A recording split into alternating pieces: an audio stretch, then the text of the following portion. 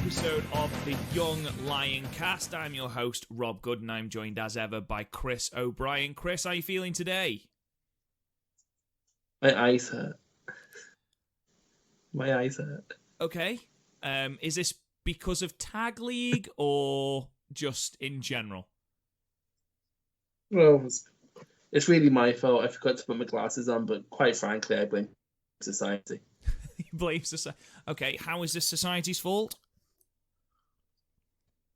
Just the skill system really didn't teach me, but I had to wear glasses. The school system is at fault for your ineptitude. I find that really, really hard to believe, to be perfectly honest. Just wear your damn glasses. Well, of course you'd say that as a teacher. You have to defend your profession. Though, to be fair, I've met you and didn't realise you wore glasses. Yeah, that's because that was during several months where I didn't have glasses. So your headache must have been banging after NXT TakeOver. To be honest, it just became part of, like, background. You know how, like, when you have really bad anxiety, sometimes when you're moving so fast, like, through a day, that you don't have time to register that you have anxiety, but when you sit down and you start screaming, it was kind of like that, but with a headache.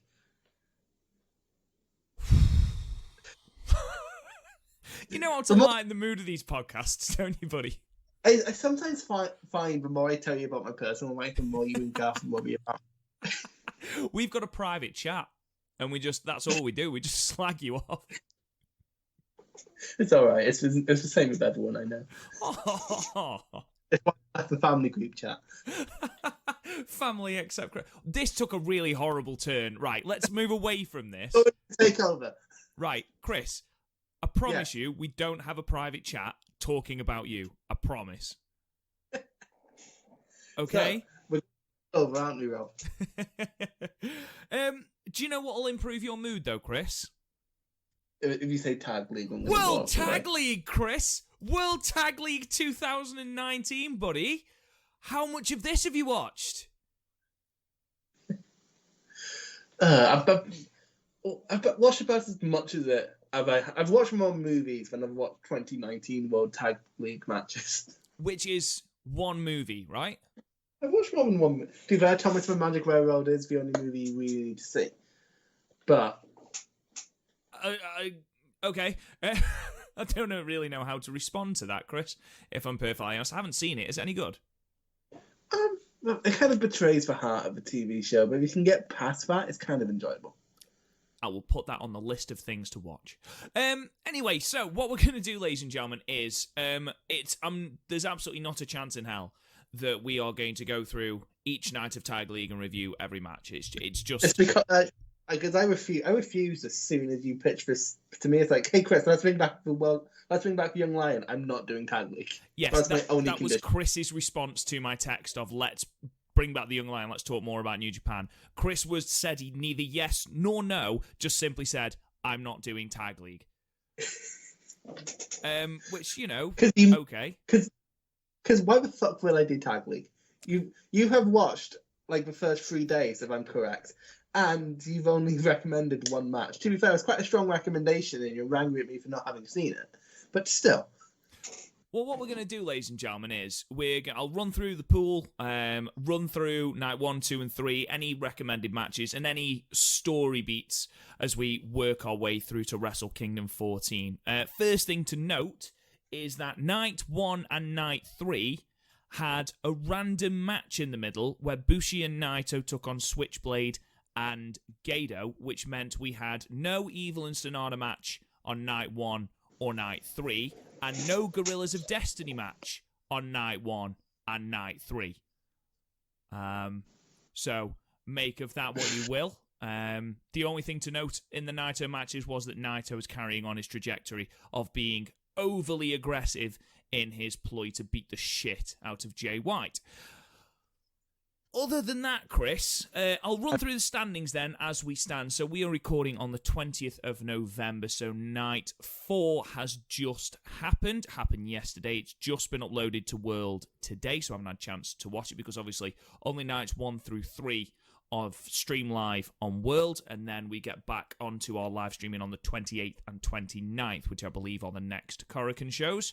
So at the moment, we have got at the top Ishii and Yoshihashi on 6 points, Thin Juice on 6 points, Yano and Colt Cabana on 6 points, Tenkoji on 4 points, Bullet Club in Kenta and Yujiro Takahashi on 4 points, GBH 4 points, Dangerous Techers, Sabre Jr. and Taichi on 4 points, Jeff Cobb and Mikey Nichols on 4 points, Tanahashi and Toa Hanare on 4 points, Evil and Sonada on 4 points, Goto and Fredericks 4 points, Suzuki and Archer on 2 points, Area 51, Bad Luck Fale and Chase Owens on 2 points, The Gorillas of Destiny on 2 points, Shingo and Terrible on 2 points, and propping up the entire pool, Yuji Nagata and Manabu Nakanishi with a record of 0-4 on 0 points. First thing, Chris, so night 1 happened, and to say it was a bang average show would be understatement of the year. My standouts so far, and this really, really pains me to say, have been Zack Sabre Jr. and Taichi. My cover photo. I mean, they have been, every night, their match has been a highlight.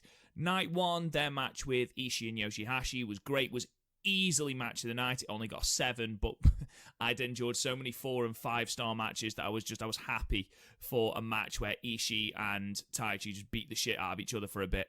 It was a good match. Obviously, unfortunately, Ishii and Yoshihashi won, but there we are. Night 2 was great because we had the Suzuki Gun tag team match. So we had Suzuki and Archer on one side, and we had Sabre and Taichi on the other. And rather than any bollocks, Suzuki and Taichi just decided that, we hate each other now, and beat the ever-loving shit out of each other. It was brilliant. It started with Archer holding up the United States belt and Sabre holding up his Rev Pro belt and jumping up to try and be the same height as Archer. It was brilliant. Just everything they did. Every strike was fucking vicious. Suzuki, I haven't seen Suzuki look that angry in months and months and months. Taichi was his usual slimy self, but at no point did he pull any punches. It was a great match, and yeah, I highly, highly recommend it. Easily match of night 2, which with 9 stars, really, really good match. There was another good match between Ishii, Yoshihashi, Jeff Cobb and Mikey Nichols. Easily the best I've seen Mikey Nichols since he's been in New Japan. I think him and Jeff Cobb as a pairing are excellent. They sort of bounce off each other very well. Jeff Cobb makes it look like Mikey Nichols has got a personality, so that's always good. That's very hard to achieve. It is. I mean, Mikey Nichols is supposed to be mad Mikey Nichols, and I have seen basically mild-tempered Mikey Nichols. Is what I've seen so far. I'm a very sad boy, but I'm angrier than Mikey Nichols. We are all angrier than Mikey Nichols, if I'm perfectly honest. Britain are, because we have another fucking election coming up. But That is true. But yeah, I gave that 8. I thought that was great. Jeff Cobb and Ishii just beating the ever-loving piss out of each other, and then, Yoshihashi was there. Yeah, there you go. And then the LIJ match. Again, really, really good. I just think it struggled, obviously, following those 2 matches. Evil and Sonata going over, I gave that 7. Match 3 again. It was really a one-match show. Now, actually, I want to talk about... there was the main event, which was Sabre Jr. and Taichi going over Thin Juice, which was another really, really good match. Thin Juice have been excellent, really, really charismatic. I would love them to win this and go on to Wrestle Kingdom 14. Finlay has improved exponentially. He's slimmed down. He's got new gear, and he just seems to be a lot more at ease. And I know it's easy when you've got a team with Juice Robinson, who's possibly the most charismatic man in the world, but it's just, he seems like a new person. I think a tag team title run would be a great jumping off point for Finlay, if I'm being perfectly honest. Who did you pick to win the tag league, by the way, Chris? I literally don't know. No, because I know I initially went for Yano and Cabana. But then you told me to take it seriously. Yes, I did. So I think I picked Finjuice. Yeah, they've looked very strong. To be honest, I think it's probably a straight shootout between them and then Ishii and Yoshihashi. To be fair, are they your picks because of the story of Yoshihashi? Yeah, there is a story going through, obviously, Yoshihashi having never won a title. Yeah, and only being the third best Yoshi. And only being the third best Yoshi, which is depressingly behind Tatsu. But, Tatsu, of course, the dragon. Well, of course. I don't know. Ishii is carrying the team, obviously, and everyone loves Ishii, so I think Yoshihashi's getting a little bit of rub of that. But remember when WWE, when Dean Ambrose was the most over thing on the roster, so they kept having him tag with Roman Reigns to try and get Roman over? I'm wondering if that is a little bit of what this is. just a smidge. Just a smidge. Just a tag. I know. Tenzan's ankle continues to be an absolutely alarming thing to watch. Whenever that man walks to the ring, he's walking basically on his ankle bone, and it just looks so horrible. He just needs to stop wrestling. He does. I mean, Kojima's doing a lot of the heavy lifting, and Kojima can still go. Tenkoji have had some good matches. Not great, not outstanding, but then again, they are the old guard. But their matches are watchable. The last year, they had the worst rated match in my solo Young Lion career. Oh dear, who's that against? Well, Naganishi and Nagata. Oh, well, there you go then. It's Nagata and Nakanishi. What did you expect? Nagata can still go. Nagata can, but Nakanishi fucking can't. Nakanishi, I doubt Nakanishi ever could. And I was actually looking over Pro Fight DB's list of Naganishi's matches, and there's nothing above 3.25 in their 8-man tags. So. And he's won a G1 Climax. Just imagine that for a minute. I know. The mid-2000s, man. Good God. A couple more things, just little observations. Yano and Colt Cabana are unerringly charming, and I want to hate them. I don't know why, but I just want to hate them. But then they come out, and it's so much fun. It's so fucking different. It's great. Yano refusing to tag him because he didn't want to fight Lance Archer. Really, really funny. Yano's bit with Mikey Nichols just throwing the pad at each other, that was really funny. Just everything they do in such a way that I find it comical. I really, really do. People get annoyed at Yano and the G1, but that's because it's really serious. And something like Tag League, if you're forcing yourself to watch Tag League, if you're one of those losers, Rob, I can imagine him being an absolute breath of fresh air, just because he's not just working on autopilot, he's just trying to make the crowd laugh. Exactly. And it can be a chore, World Tag League. And, night 1 was a bit of a chore. Night 3 wasn't too bad. Night 2 was really good. But, I don't know, some of the matches have been difficult to get through. Another point I wanted to make about Night 3 was so we had the Suzuki Gun match, which I gave 9 stars. And then we had the Bullet Club match, which was so different and fucking brilliant. You had Yujiro and Chase Owens opening up, and them just talking, right, don't hit me too hard, we're on the same team. Don't hit me, don't slap me. So Yujiro aims a kick at him, and Chase looks at him in absolute horror, like, you just kicked me. What did you kick me for? Is it like in Captain America Civil War, where Hawkeye's like, we're still friends after this, but it depends how hard you hit me. But there's a brilliant point where Chase Owens just turns around to Bad Luck Fale and goes, he just hit me. Did you see him just hit me? It was brilliant. And then Kenta comes in with his belt and just goes, you need to lie down. And Chase goes, what? You need to lie down. I'm champion. That is my order to you. So, just little bits like that. Yujiro trying to distract Chase Owens by having Peter come up and wiggle her arse, and Chase Owens like, no, you've done this before, I'm not getting distracted, and then gets distracted and gets rolled up. Every time Peter, I just imagine Rabbit, but then again, she dresses up as a rabbit, so that also makes sense. Is that why she's called Peter? No, I think her actual name is Peter, mate. Oh, like the bread. And then Kenta locked in the game over on Chase, but just before that, he got Chase up for the go to sleep and just went, "I'm so sorry, Chase." And then he locks in the game over on Chase Owens, and Owens taps instantly, and then Kenta straight away goes over to Chase. "I'm sorry, Chase. I'm sorry, Chase."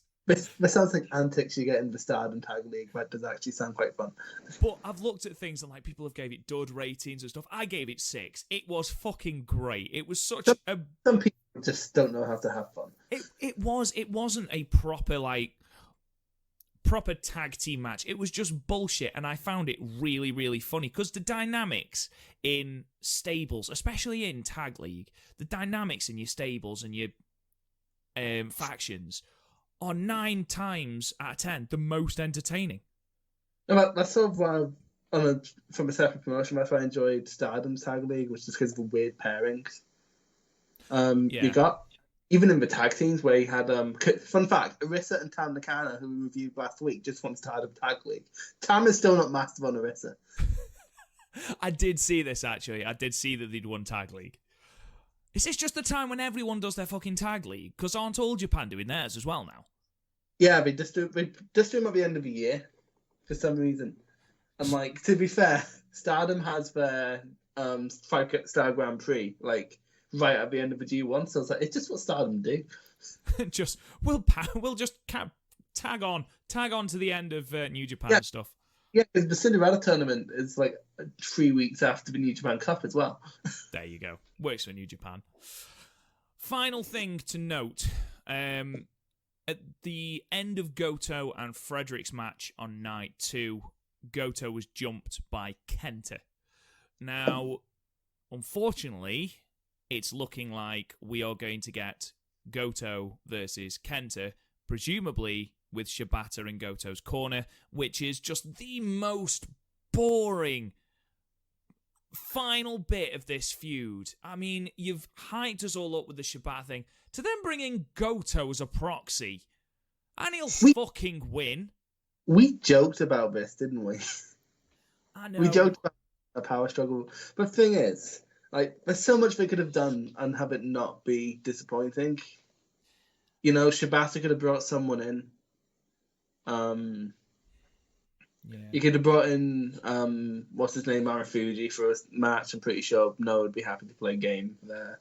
Because, you know, get them some publicity. There's just so many things you could have done, and, like, clearly we don't want to put effort into it, which is a shame, because this was the most heated thing, coming out of the G1 finals. I mean, you're looking at we're on the 20th of November, okay, and you are not going to have anything at all that is as hot as Kenta versus Shibata.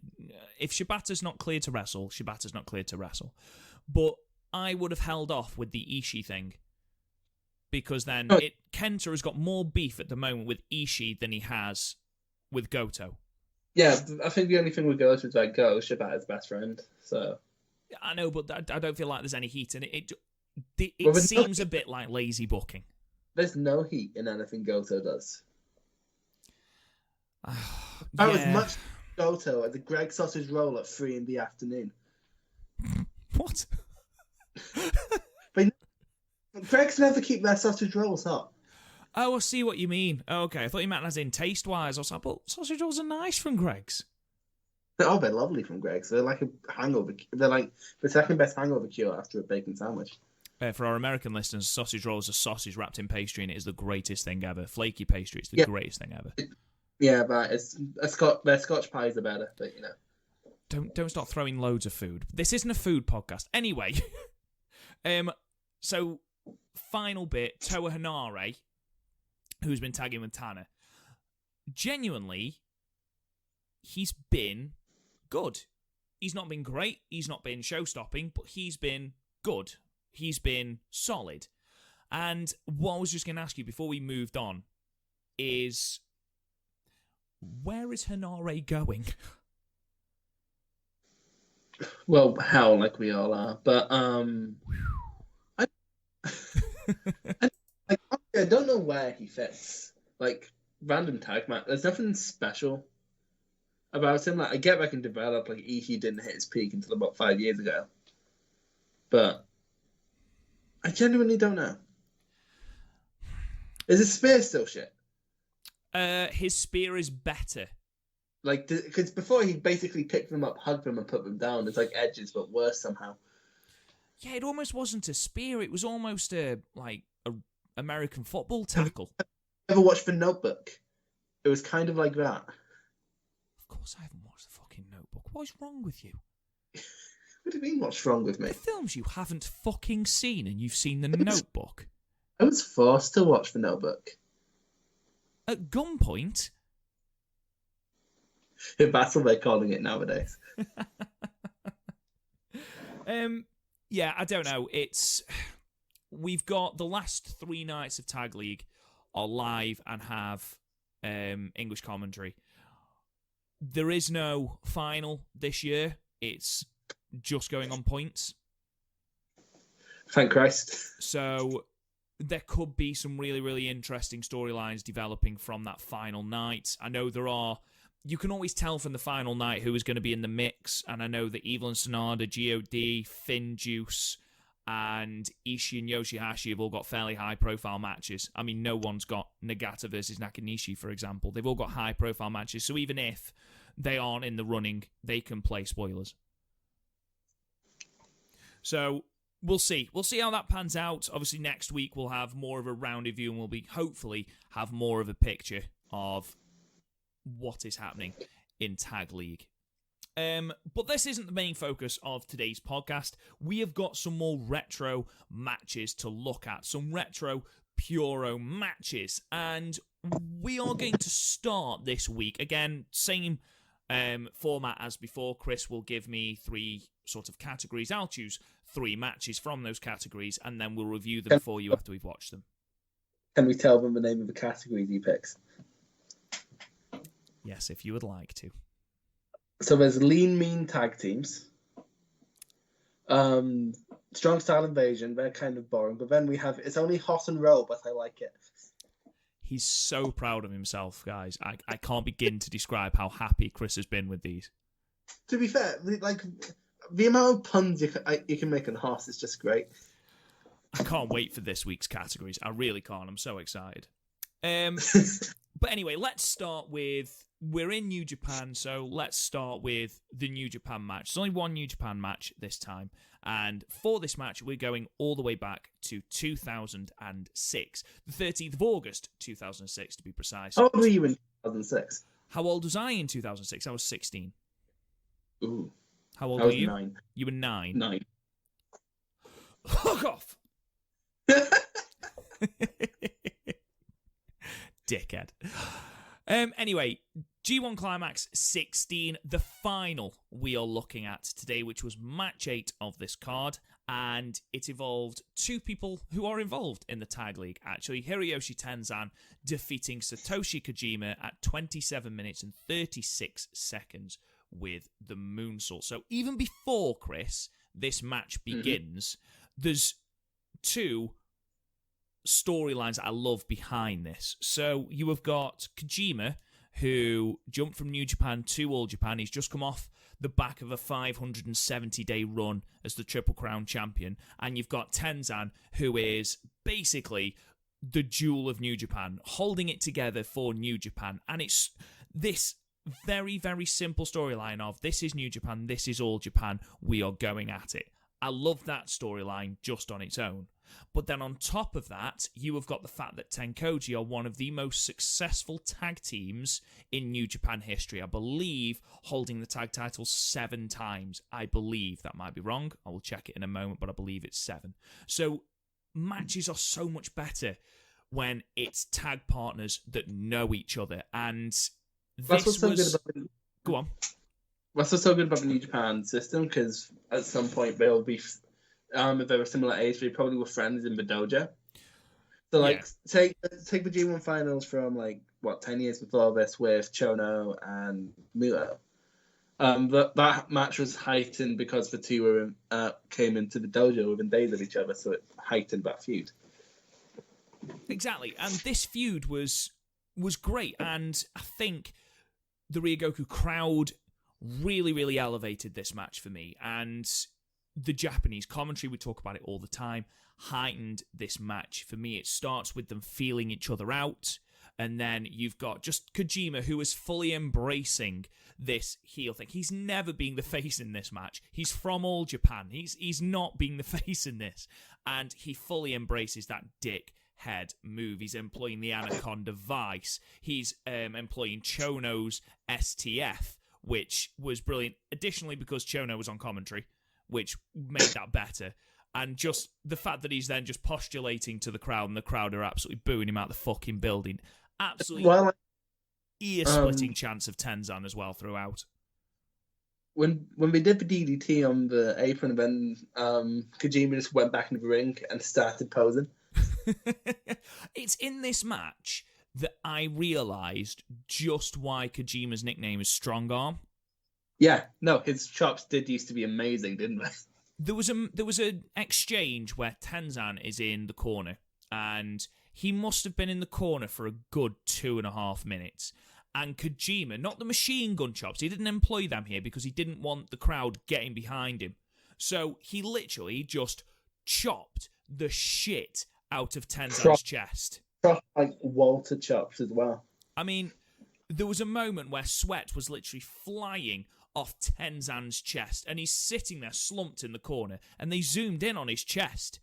You know, oh, kinky. They zoomed in on his chest, and it was just red raw from the amount Kojima had worked it. Yeah, it's just gross at times. It was. It's not as bad as PCO versus Walter, but close. What was refreshing about this match was, I mean, we've sort of got used to New Japan G1 Climax finals being not high flying, but having those ridiculous high spots. Yeah, like when you think the last few years, it's either had Omega or Ibushi in every final. So, well, yeah, I was just going to say, you look at 29 and 28, Ibushi's been in the final. So to have and then the 2 years, Omega was in the final. So, yes, 27 and 26. Yes, he was. And Naya. Yes, I mean, to have this where there was one high spot, 2 if you count the superplex.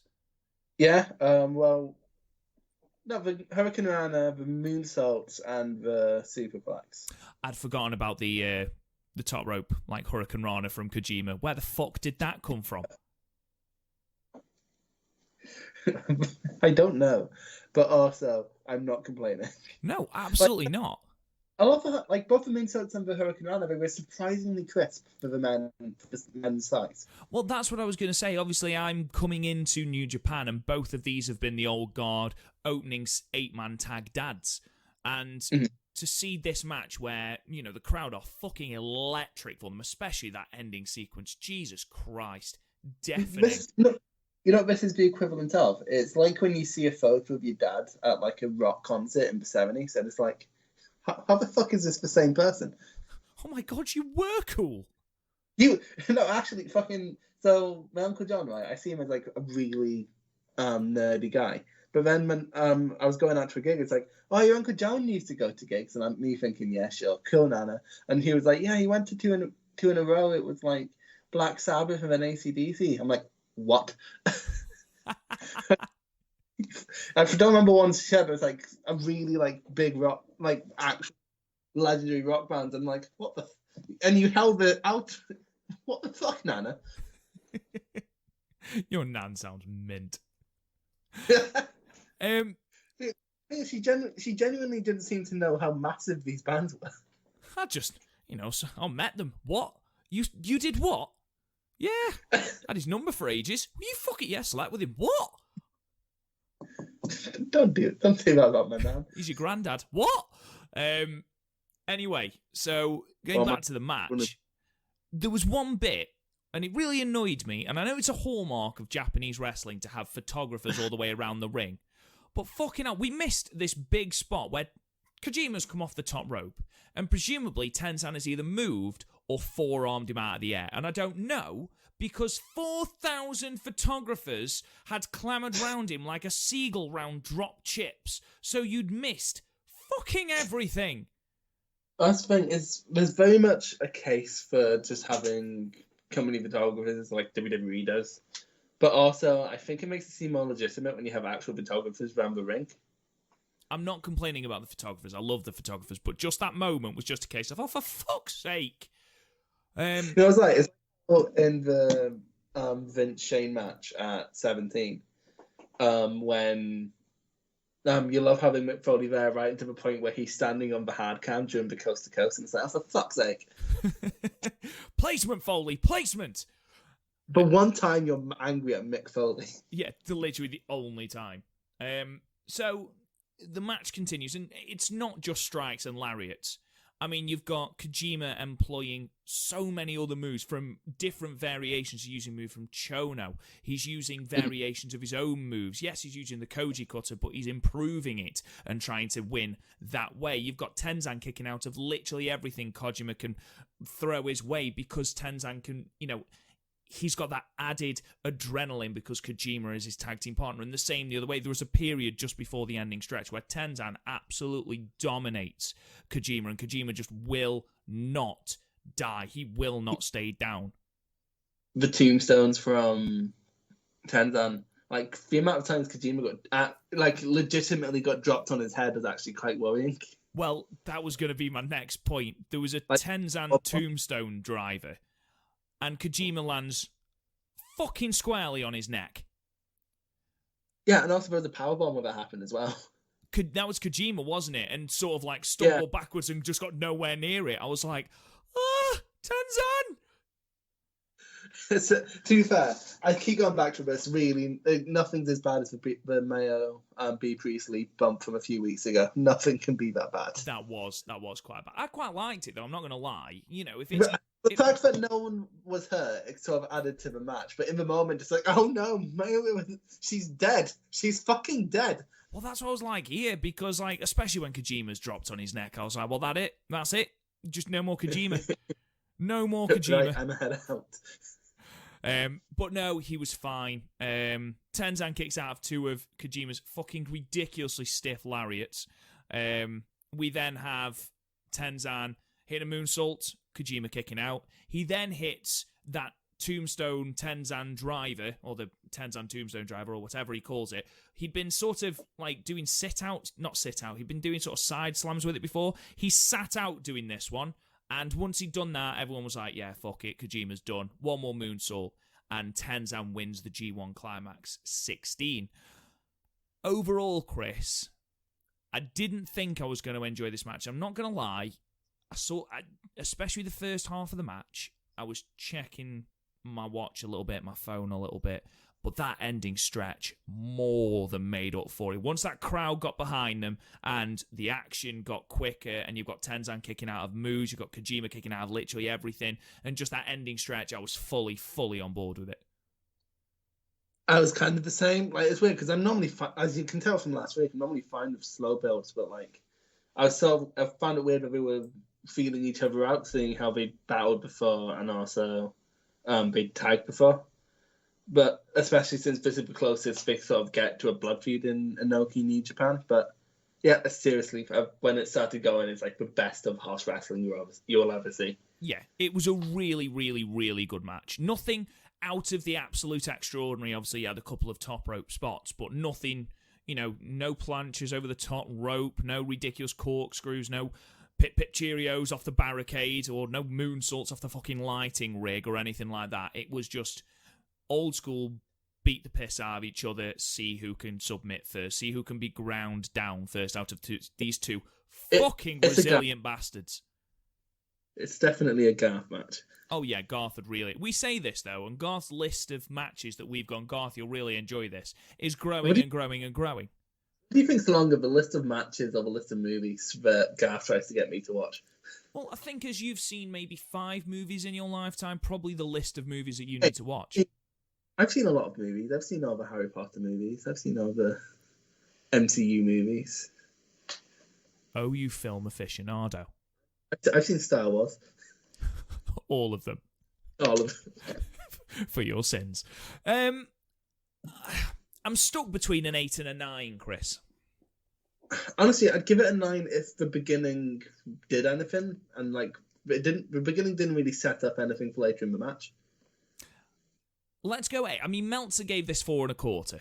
So yeah, but I think we're not Meltzer. No, we're not. We are far more prestigious than Meltzer. Yeah, obviously. I mean, there's only 5 people in our Hall of Fame.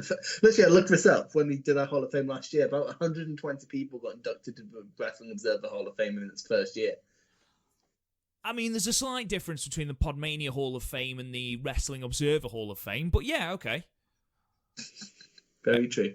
You put it to the fans. We did.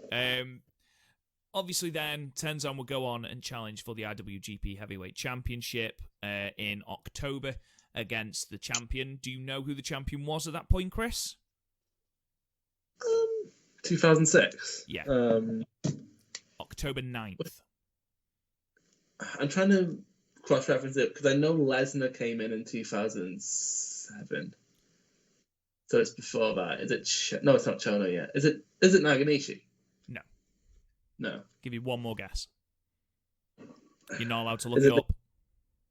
I know. Is it Nagata? No, it was Tanahashi. Oh, it's Tana champion by this point. That was what I thought as well. I was like, fucking hell, how is he champion already? How long has this man been going?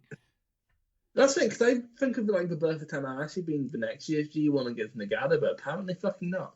No, so Tenzan versus Tanahashi, and Tanahashi would run out the winner. So unfortunately, this G1 Climax win was for naught for Tenzan. Poor Tenzan. To be fair, Tenzan won 3 in 4 years, so I think he'll be fine. In a way, I think Tenzan is synonymous with the G1 Climax, isn't he? Really, well, I mean, the same way you sort of have Chono had his era of dominance in the G1, and then you had Tenzan's era of dominance just in front of less people. And then we don't really have that now. I don't remember the last time someone won a G1 more than within 2 years of each other. It was a while ago. Yeah. Maybe Okada and Tanahashi. I was just going to say probably Tana is the one. I was listening to, I don't know if anyone listens to it out there, but there's a limited edition post-wrestling podcast called Cruel Summer, where WH Park gets a guest in and does every single G1 Climax final. And I was yes, we do this at some point, but then I remembered we'd have to go watch a Nakanishi match, and I was like, nah, I'm good. I know, but it's all good. You can watch a Nakanishi match when Nakanishi could move. I doubt he could ever move. Yeah, that is a good point. But he was saying on that podcast that it's, Tenzan is probably Mr. G1 now, whereas for those people who are watching wrestling now, whereas before it was absolutely Chono. Mm-hmm. No, because Chono won 5. Yeah, exactly. But those more modern fans, you ask them who is synonymous with the G1, they say Tenzan. I think, but with a lot of modern fans, I seem to find people say Goto just because of the shock in 2016. But then again, first G1 that loads of people, I remember everyone on Inside the Ropes or whatever talking about was 2017. So right now we don't really have that definitive G1 person. Well, Tana won 28, and what was his win before that? Was it 20? For Wrestle Kingdom 10. No, it was Wrestle Kingdom 10, so it'd be 24. 5. Yeah. No, yeah, 25. 24. Yeah, because that was, yes, that's right, 2014. So he went 4 years without winning one. You've got Okada who won 22, and did he win? 19. Did he win 22? I can't remember. I don't have an encyclopedic knowledge of this, I'm not going to lie. We really should have got the cage match article up before that. We'll find out for next time. In fact, whilst I'm announcing the next match, can you please check which 2 G1 Climaxes Okada won? Because I don't want to look like I don't know what I'm talking about. I'm sure it's 22, but we'll see. We basically just admitted that we don't know what we're talking about. No, you admitted that we didn't know what we were talking about. You didn't disagree with me. So, obviously, World Tag League is happening at the moment, so it would make sense to do a high-profile tag team match. And for those of you who listened last week, and why wouldn't you? We're fucking awesome. You will notice that there was a distinct lack of Stan Hansen on our podcast. As soon as the podcast ended last week, Rob was like, where the fuck was my Stan Hansen match? So Chris gave me the option of having a Stan Hansen tag match. I was like, I am absolutely watching this. So we are going back even further now. We are going back to 1988 and the Real World Tag League 1988 Night 22 from the 16th of December. Very quickly, Okada won 2012 and 2014. So 22 and 24? Yes. I was right, 22. I knew I was right. I don't know why I doubted myself. I didn't realise he'd won 24 though.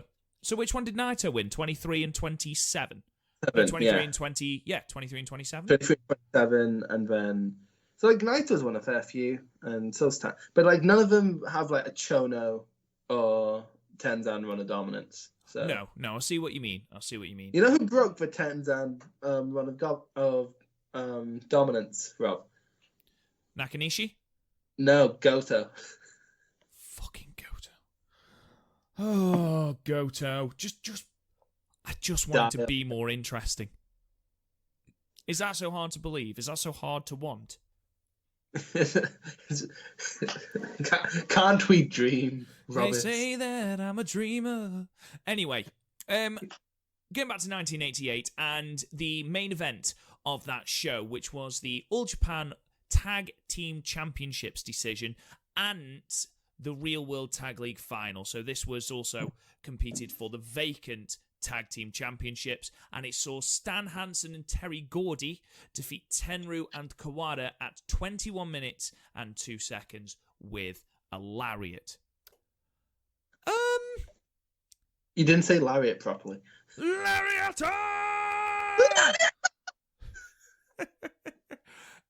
That's going to be so hard to edit without clipping on the post thing. Anyway. I feel sorry for both your girlfriend and my family right now, because they must be so confused. My girlfriend thinks someone's attacking me. Chris, this match, give me your opinion of this basically shoot fight. No, that's it. But when people think of shoot fight, they think like Suzuki or like Lesnar or like basically GCW Bloodsport. That's what they think. No, they just fucking Jesus Christ. Jesus fuck. I knew this match. I've watched this match before rewatching it for this segment, and I was still fucking cringing. The flagrant disregard Stan Hansen has for people's safety is baffling. Right. So, before we start cringing at some of the bumps and kicks in this match, I would like to say I really enjoyed the story of the veterans always bailing out the young guys. Like, Hansen would always bail out Gordy, and Tenryu would always bail out Kawada, and the only time the young guys were on top against veterans was when it was set up by the other veteran. Yeah, exactly. And it was an interesting dynamic to have as well. I thought Gordy was fantastic in this match. Oh yeah, this is, to be honest, I've not seen a lot. I don't watch a lot of territory stuff. Like, I basically watch, like, I've seen Lawler Dundee. Basically a lot of the big Jerry Lawler fights, I've basically seen them as much of the territories as I've seen. Yeah. So like, this is my first proper, and only like his All Japan stuff is the only real exposure I've had to Gordy. But like, he's basically a mini Stan Hansen. He looks like Stan Hansen's intern. I don't have the biggest frame of reference when it comes to Gordy, and similar to you, I've watched a couple of All Japan matches, and to be honest, I always thought he was overshadowed a bit by Stan Hansen, but here I thought he came into his own as this fucking arrogant dickhead. Gav probably knows a lot about Gordy. He probably went to the Sportatorium back in the day. Went to school with him, I heard. Who's his teacher? Oh my god, this match. Okay, so first of all, I do enjoy Hansen not having any of Kawada's flashy bullshit. Like, Kawada tries to do a sunset flip, and then Hansen just kicks him. There was a brilliant moment, and I text you this moment. It's not a big moment in wrestling, but I think it's Tenryu is got Gordy in some manner of submission move. Yeah, and then Hansen just he just meanders in and kicks him. But just kicks the shit out of his leg so he drops the submission. Oh, no, because he did it to Kawada later in the match, and it took Kawada out to the entire match. Oh, Kawada was fucked. Kawada was absolutely fucked. And it's so juxtaposed to the Misawa Kawada match from from almost a month ago now. And when you were like, Kawada's an evil bastard, isn't he? And I had this match in my mind when he said that, going, I can't see him as anything but like an injured Bambi. I mean, this match, considering it was both the tag league final and for the championships. This was a relatively one-sided affair. Yeah, like baby faces would get hope spots in. To be fair, Tenryu near the end got a really good hope spot in. Hit a lot of good good moves. That folding powerbomb is beautiful. Yeah, I agree. Then Gordy did a powerbomb, and Jesus fucking Christ. But I know, I fucking know. This is what you get, Rob, when you ask for a fucking Stan Hansen match. All right, I can't show you a Stan Hansen match where you're not relatively concerned for people's safety.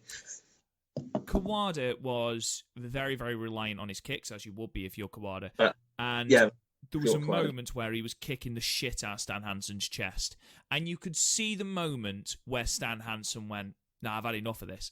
And he went to power slam Kawada, but he doesn't power slam like a normal person. He picked him up in a power slam position, then fucking dropped him. No, that's why he just picks them up and drops them. And the thing is, he also does this on the outside. The man has no regard for your safety at all. Are you really going to go up to Stan Hansen, though, this massive fucking cowboy, and go, well, I think you're a bit unsafe there, Stan? He's probably going to turn around, beer in hand, and go, what do you mean unsafe? Smash the beer over the head and go off and fuck your wife. That's just what Stan Hansen does. There was a lovely moment when Stan Hansen was on the outside, one of the very, very few moments where the face team were on top. And I think it's Tenryu is attempting to roll him back into the ring by grabbing his trunks, and we nearly saw a lot more of Stan Hansen than we needed to see. We nearly saw Stan Hansen's baby Hansen. It was an unpleasant moment where I was like, no. But thankfully, the massive black trunks covered it all. Have like the praise that did it that happened. I thought that the idea of, especially towards the end of the match, of Hansen and Gordy keeping Kawada on the outside by just every time he got up, rolling to the outside and just beating the shit out of him again, and then rolling back into the ring. And it would always be the leg. Yeah, but they targeted that leg, and that was beautiful. I spoke last week, Chris, about how it pissed me off doing a limb match where the limb then doesn't feature in the finish of the match, or doesn't feature in a prominent way in the match, and that was the issue I took with the Stardom match. This was perfect. Kawada, what's his main weapon? What's his kicks? Well, in that case, let's just fuck your leg up and leave you on the outside so you can't do anything. Fucking perfect. At that point, like, Kawada, like you wouldn't expect this with the Kawada match we watched a few weeks ago, but like, such a good baby face in peril. And like, you were really, like, I knew what the fuck happened, of course I did, but like, as soon as Kawada would be in the ring, you're like, oh, go on, mate. And then Hansen would turn up. It's like, well, I guess you're gonna die. I mean, their thinking was great. It was just, there was no overly flashy bullshit. It was just, right, we know Kawada is the young gun of this team. Let's target him, keep him on the outside. We don't need to bother with Tenryu. If we target Kawada, take him out of commission, Tenryu will eventually have to stop because he'll get tired. And eventually they just wore Tenryu down. Because with Tenryu, both Hansen and Tenryu were quite obviously tired by the end. So Hansen was like, well, it's obviously going to be like a hot tag to Kawada or whatever, so we'll just eliminate the possibility and have Gordy just stay on top of Tenryu, and then if Gordy's in trouble, I'll just come in, which is what happens. Exactly. It's such great heel work. This doesn't feel like a Japanese wrestling match. This feels like an old school territory match. The fact that this was only 20 minutes is 21 minutes and 2 seconds. It at no point, like we were talking about the Kojima and the Tenzan match and just that build. This didn't have that. I mean, I believe Kawada ended up in the ring post within about 30 seconds of the match starting. So it was such a parallel. I mean, I absolutely love this match. I know, yes, I do have a boner for this sort of wrestling. I absolutely love it. I love when a match really excites me, grabs me, and doesn't let me go. And I felt like this, because it wasn't your 40-minute epic, which, some of these matches are, I just felt it was like, fuck, it's over. That was great. And the fact that they managed to stuff a storyline into this 20 minutes alongside all this just hossing the shit out of each other was great. Match is great. This is probably my favourite Stan Hansen match. Of the ones I've seen, yeah, I agree. Well, we've only seen 2. Well, technically one and 2 halves. Yeah, I was just going to say, technically I have seen 3. Didn't mean to, but I have now seen 3. So, never mind. I'll provide you with the fucking links. Yes, and that is how we stop with that ridiculous confusion. I thought Tenryu looked ace in defeat. He looked really good in defeat.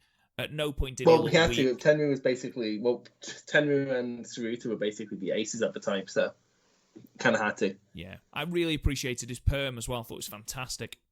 The thing is, Tenryu has such a stoic... Like, not quite Misawa stoic, but a very stoic look about him. Yeah, I'll be honest. He had a strong perm game.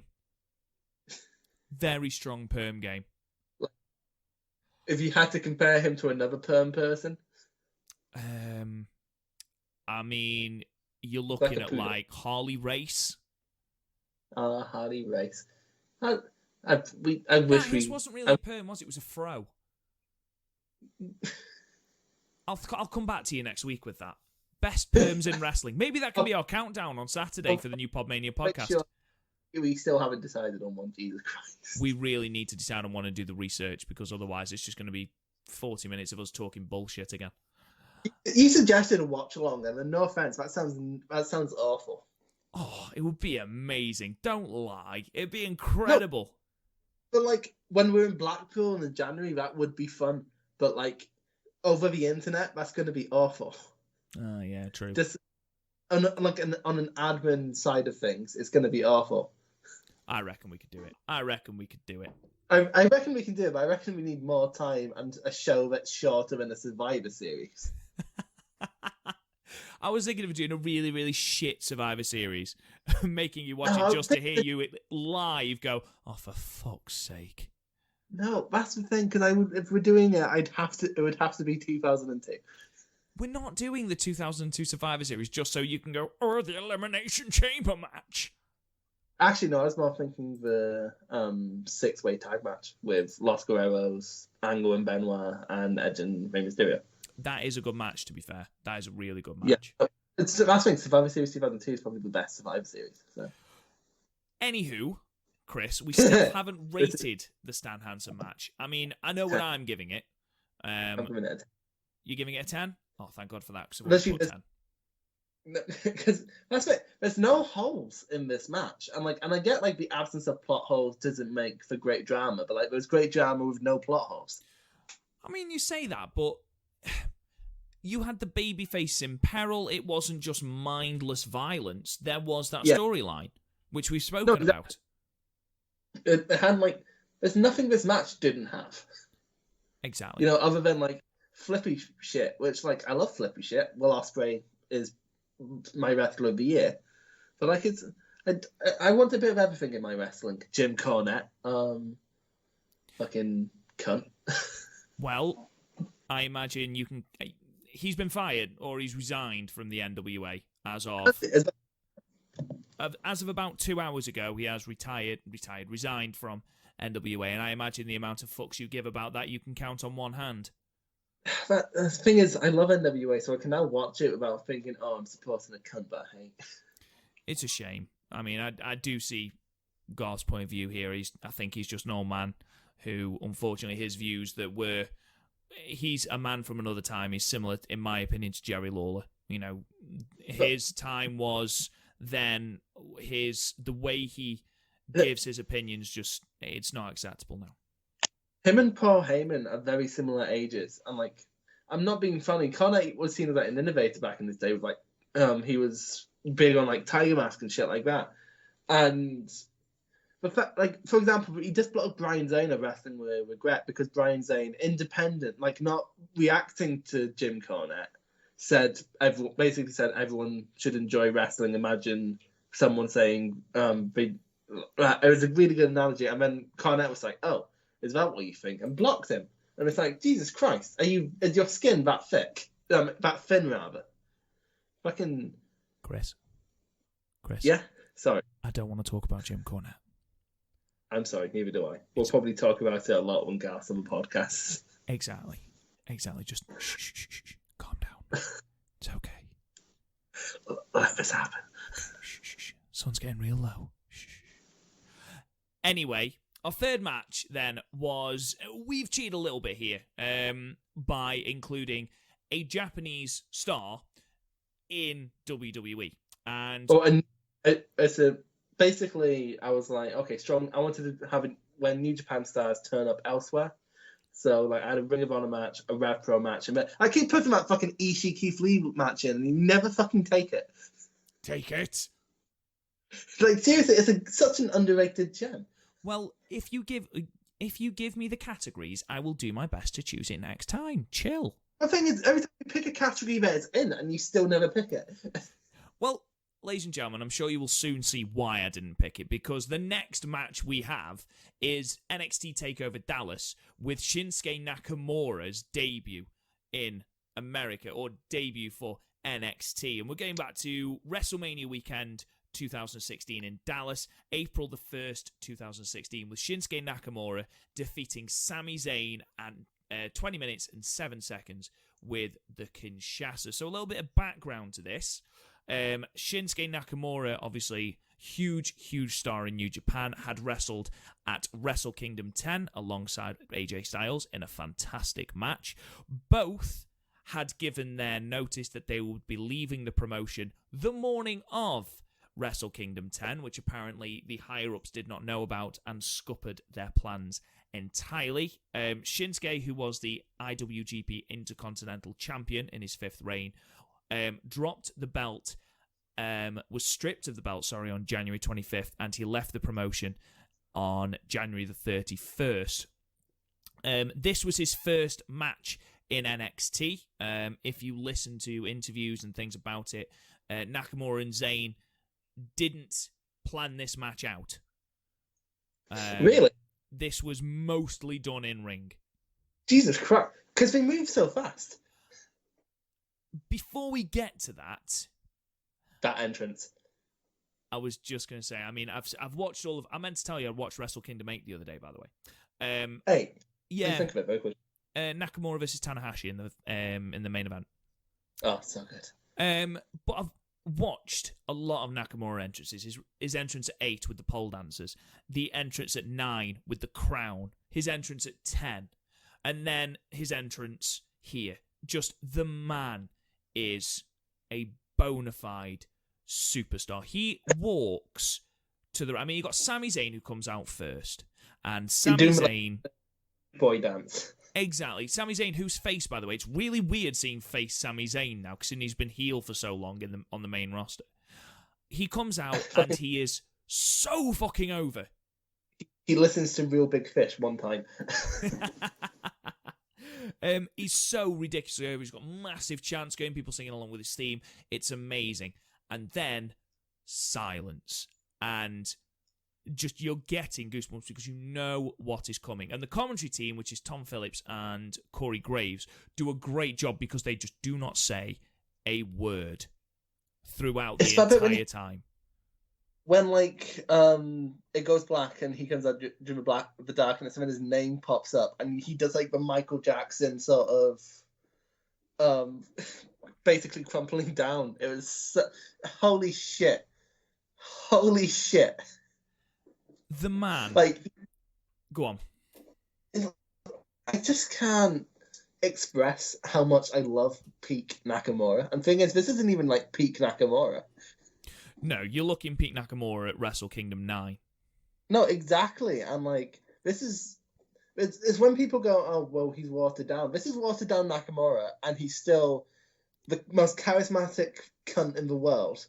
And puts on what was match of the Mania weekend and for many a match of the year. So, well, obviously this was the takeover before Wrestle Kingdom 32, which obviously had the Leviathan main event between Triple H and Roman Reigns, and apparently there were audible Nakamura chants during that match. No, Wrestle Kingdom 32, Oh, did I say Wrestle Kingdom 32? Yeah. Oh, wow. WrestleMania 32. To be fair, Takeover was really good. There was Joe and Balor and Alpha and Revival. So it was already a really good takeover. There was. But this match was the most anticipated. I mean, don't forget, this is Shinsuke who's come off the back. His last match or his last singles match, was that match against AJ Styles at Wrestle Kingdom 10. Probably my match of the year that year. Like, I know most people go with Tana and Okada, but like just because Nakamura was my favorite at the time.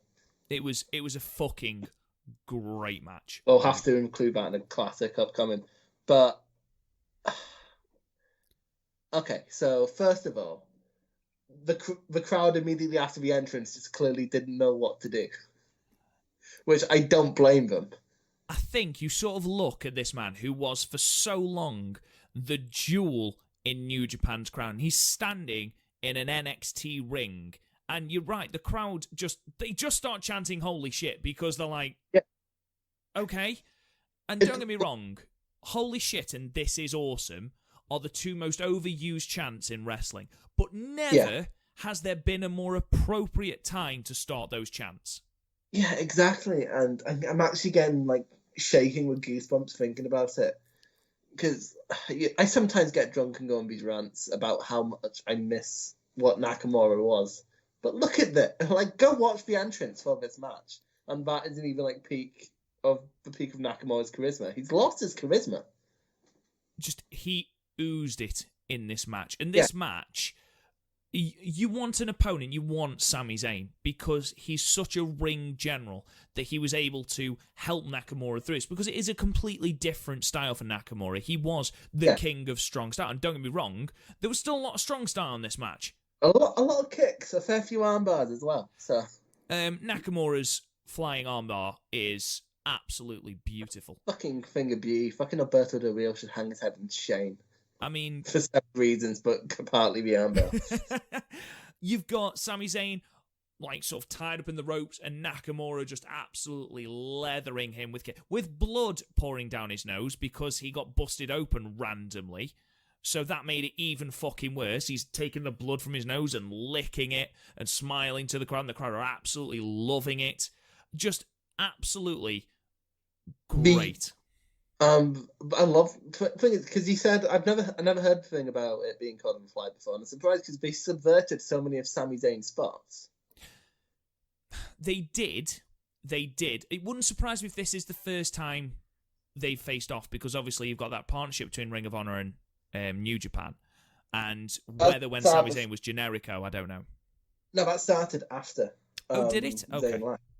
Yeah, hold on. I'll check this up on Cage Match. I'll get back to you on it. Just keep talking about the match. Okay. So the match, again, starts with a little bit of a feeling out process. Nakamura postulating to the crowd, ducking under Sami Zayn. Sami Zayn realizing very, very quickly that he is up against a very, very, very scary opponent. And you've got Nakamura with his strikes. You've got the stuff on the outside. It's an exhibition of what we now expect from Shinsuke Nakamura. The double knees in the corner, the knees to the outside. There is a lot of the inverted suplex, which I absolutely love, the Falcon Arrow. And Sami Zayn, though, does not lie down. Sami Zayn not lying down and this not being a squash match makes this so much better, because there are several points in this match where you think, oh my god, is Nakamura going to lose? Shit. I mean, Sami Zayn had him set up for the Haluva kick, but just missed. He's hit with the Blue Thunder Bomb. It always makes me laugh how into the Blue Thunder Bomb people are. Has Sami Zayn ever pinned anyone with a Blue Thunder Bomb? Probably not. You've got all sorts. That was the Blue Thunder Bomb. Say again? He pinned AJ Styles with a Blue Thunder Bomb. When? Leading up to the Rumble in 2017. Did he? Yeah. Shut up. No, really. With a Blue Thunder Bomb? Yeah. To be fair, there was, I'm pretty sure there's bollocks from Kevin Owens, so. That does not count. Okay, I'll re-edit my statement. Sami Zayn has never pinned anyone clean with a Blue Thunder Bomb. Happy?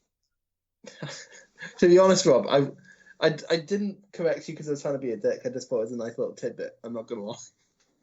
Dick. Anyway, like I was saying, Sami Zayn gets that hoax spot and he riles. And at this point now, he's going, right, well, if Shinsuke Nakamura is going to fucking kick the shit out of me, I am going to kick the shit out of him. So you had the mirror spot of Sami Zayn being locked in the ropes and Nakamura kicking the shit out of him, stamping on his head and his arms, and then Sami Zayn doing the exact same thing to Nakamura, and Nakamura selling it brilliantly. And then you've got that 2 minutes in the middle of the match where both men just forearm each other, and you have got both men who are fucking exhausted by this point. It's great. The thing is, I've never seen this done so effective. Because, like, of course, like Suzuki and Ishii from last year, and like basically any Shibata or Ishii match, we see these kind of exchanges a lot. But the fact that it happened after these two had just gone through so fucking much, like, you just such a simple thing, and like you were on your fucking feet. Like, I remember when I first watched this, at the time, and I was on my fucking feet watching this. It does make me laugh. A moment. I know. What a moment in pro wrestling. Shinsuke Nakamura being in NXT, and then to have this match with Zayn is great. He gets up to the second rope, delivers a Kinshasa off the second rope to the back of Sami Zayn's head, which just looked and sounded grotesque. And then finishes Sami Zayn off with the Kinshasa at 20 minutes and 7 seconds. They managed to fit so much in and make this that pedestal, that jumping off point for Nakamura, because the moment he came down to the ring, he became a star in NXT. No, yeah, exactly. And but the thing, he lives off of because he never had a match this good in WWE ever again. Like, and with good opponents against like Joe and Austin Aries and everyone. So like, he lives off for a very long time. He lived off the goodwill created because of his match. This is undoubtedly Nakamura's best match in WWE. I mean, there's nothing that comes close. I'd even argue it's in his like top 10, maybe even top 5 of all time. Like, I haven't seen every Nakamura match, obviously. Like, I only came in like about a year or two before he left, a year before he left. So, from what I've heard from people who have watched New Japan for a long time, are very experienced, they said Nakamura can phone a lot of performances in, which again we've seen in WWE. He phones a lot in now. 3 years. Exactly, 3 years of phoning it in, but he could pull it out for the big event. I mean, you look at his Ibushi match, you look at his Styles match, you look at his Tana match from Wrestle Kingdom 8. All 3 of those matches are stellar and touching 10 stars. The Okada G1 performance. At 24, yeah, absolutely. Really, really good. What do you give this, though, Chris? I flip-flop between 8 and 9 on this. I'm willing to give it 9. I'm willing to give it 9 just because of the crowd really, really, really elevated this. Shinsuke was made to feel like a superstar, but I think if it was overwhelmingly in Shinsuke's support, I think it could have taken away from the match. But because you've got half the crowd chanting Sami Zayn's name, you've got him defending NXT, I think it's great. People forget how over Sami Zayn was. They do, because he's been so horrifically misused on the main roster. His run going for the NXT title is one of my favourite storylines in all of wrestling. Do you know what, though? How good was it when Owens came down and fucked him up? No, that's exactly. And then that was just so good. Yeah, no, I miss. Like, honestly, like, I know, like, now and then, like, the past few years, NXT's, in terms of match quality, is the best it's ever been, but I miss those, like, with, like, 2013 to 2015 NXT. Yeah, I mean, it's great. It really is. It really is great. As for the aftermath, Shinsuke would go on to hold the NXT Championship twice, winning it off Joe, losing it back to Joe, and then winning it in Osaka at a live show. He'd then go on to the main roster, win the Royal Rumble 2018, and then go on to have a very middling career, even though he is the current WWE Intercontinental Champion as it stands now. I remember when he went up to the main roster, and, like, you know, I'm not massive on WWE, but, like, they'd have me for pay-per-views because I wanted to see what Nakamura was doing. Like, literally, Nakamura and Styles, that's all I cared about. And so, like, I basically started blaming it on his opponents. Like, Nakamura would get, like, Jinder, and it's like, well, what the fuck is he going to do against Jinder, right? Like, what can anyone do against Jinder? But then, like, he has no excuse for those matches with Styles, because Styles can still still is putting on classics in WWE. Like, even as recently as, like, this year with Seth, that was a really good match, and then last year with like Brian and like the year before like Cena and shit like that, like Styles are still doing those performances, whereas Nakamura just clearly doesn't care, and like he wasn't caring when he was being pushed. So like it's weird. So I no longer blame WWE for not really pushing him because he didn't try. He wasn't Nakamura when he was being put in a world title program. So like what the fuck. No, I agree. And it's a shame because if we'd have got Pete Nakamura, he would have been the superstar of that company, and he should have been the WWE champion. In a time when Jinder Mahal held that title for so fucking long and Shinsuke had 2 bites at the cherry, I'm sorry. He should have been the champion. No, he had like 4 WWE title matches. He's had 2 against Styles and he had 2 against Jinder. I know he had Mania. With Styles, he had Mania, Greatest Royal Rumble, Money in the Bank, Backlash, and Money in the Bank. 4. Yeah, no, you're right. I completely forgot about some of those. Understandably, to be perfectly honest. As for Sami Zayn, he went on to the main roster. He'd already been dallying with the main roster anyway, but this was his official last NXT match. He was given a standing ovation at the end after Nakamura had left. And to be honest, went on to be criminally underused. His best matches were against Kevin Owens. I think we can both agree with that. Battleground, what a match. Battleground 2016. Absolutely insane. That spot with Kevin Owens landing on the ladder. Oh, no. No. No, Goto. But yeah, I'd give this 9 stars. I think had there been something on the line and we got this match, this could have been a 10. But obviously, with it just being an exhibition for Nakamura, it should really only be an 8. But because Sami Zayn is so good, I think it's a 9. And partly that entrance. And God, that entrance. Is it the NXT entrance ever that? I literally can't think of a better one. I think the only one you are going to get that comes close to it is Balor. Yeah, but in very, very different ways. The man came out with a fucking chainsaw. That is very true. He came out as Jack the Ripper at NXT London. I up your bloody wankers. Speaking of Finn Balor, by the way, obviously I've just watched Wrestle Kingdom 8. That entrance with the coffin. Oh yeah. Oh my god. His match with Ibushi. What a match! If I was going to be in the categories this time, but if you've just seen it, I'll find something else. Well, now I've seen most of Wrestle Kingdom 10, seen all of 8, 9, 12, and 13. Still haven't seen... Oh, no, I have. Sorry, 11 as well, obviously. So, yeah, anything from before that, fancy throwing some 7 in there, feel free. Oh, the 7 match with Tanner and... Oh, was that 6? I can't remember. But Tanner and Suzuki. What a match. Isn't 7 the first Tanner Okada?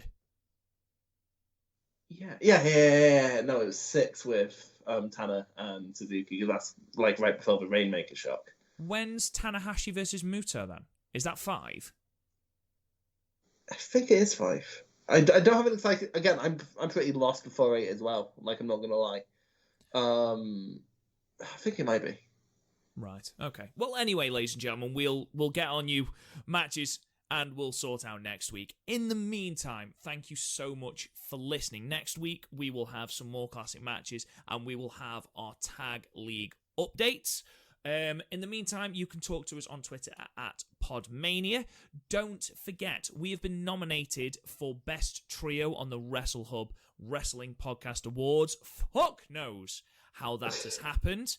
Everyone's got in there, though. Do you know what? It's just nice to be nominated. We can officially say that we're an award-nominated podcast. So, and fucking isn't like Something to Wrestle With also nominated, and OSW's nominated. So like we're among prestigious company and Sam Roberts.